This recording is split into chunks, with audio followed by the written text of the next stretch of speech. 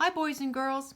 It's Miss Barbara, and I'm here this morning to take you to the North Pole to visit Rudolph. The story we're going to read is Rudolph the Red-Nosed Reindeer. It was first written by Robert May about 60 years ago, which is a pretty long time, but this version is written by Barbara Shook Hazen. Remember that word version that we've talked about. It means a different type or a different style. Once there was a reindeer named Rudolph who lived at the North Pole in Toyland. Rudolph was younger and smaller than the other reindeer there. They all had proud, tall antlers. Rudolph's antlers were only tiny stubs. Worst of all, Rudolph had a nose that was big and bright red. It was so red it glowed in the dark. Poor Rudolph. He wanted to be like the other reindeer in Toyland. To have a small brown nose instead of a big, bright red one. The other reindeer made fun of Rudolph and called him names. Rudolph the red-nosed reindeer, they teased over and over again until tears glistened on Rudolph's large red nose. They kicked up snowballs with their tiny hoofs and covered Rudolph with a blanket of white, fluffy snow.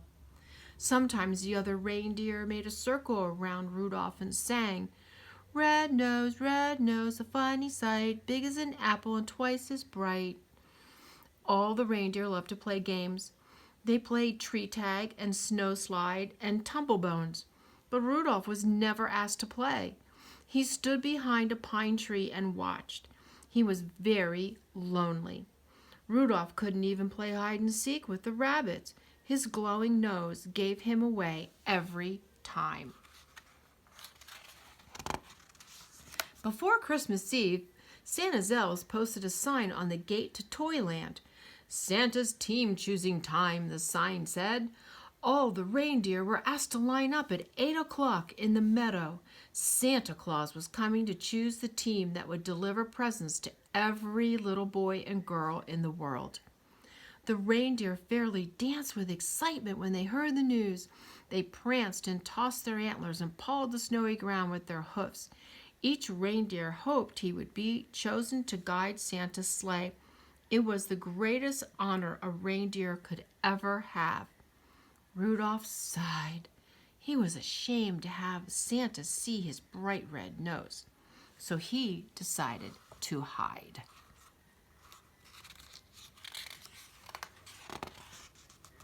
In the meadow, all the reindeer in Toyland, except Rudolph, stood in a line while Santa inspected them. Santa chose carefully.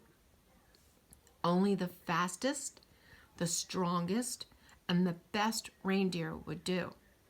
"I think Dasher will be fine. He's the biggest reindeer," said Santa. Dasher wrote his elf assistant in a big book. "And Dancer is the strongest," said Santa, pulling his beard. "Dancer," wrote the elf. "Ho, ho! Let's see," continued Santa. "Here's Prancer and here's Vixen. They make the smoothest landings on the rooftops. Comet is the fastest and Cupid is the most sure-footed," said Santa. "I picked them. And last," said Santa, "I choose Donder and Blitzen. They're best at twisting over treetops and skimming over telephone poles." The reindeer and Santa's team were very happy. They rubbed noses, they danced, and clinked their antlers together. Even the reindeer who weren't chosen were given good jobs. One was to try out electric trains. Another was to cuddle Christmas kittens.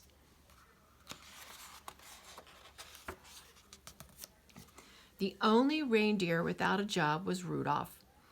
He wanted to help, but he knew he would be laughed at. At last it was Christmas Eve. Santa and his elves were busy packing the sleigh. "I don't care if they do make fun of me," said Rudolph suddenly.